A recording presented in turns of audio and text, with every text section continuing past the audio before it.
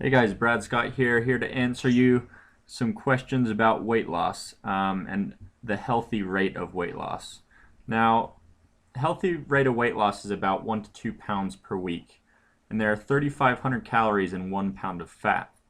So there's two different ways of losing 500 calories per day. The first one is going to be diet, then the next one is going to be exercise. So let's take a look at dieting.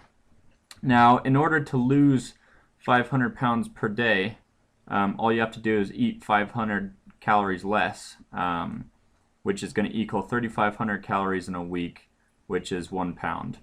So then for exercise, all you do is burn 500 calories per day to lose 3,500 calories per week, which is equal to 1 pound of weight loss. Now, what I recommend is combining the two. So you're going to burn 500 calories a day and eat 500 calories less per day, which will equal 2 pounds of weight loss per week. Go ahead and head over to sixpackinsanity.com.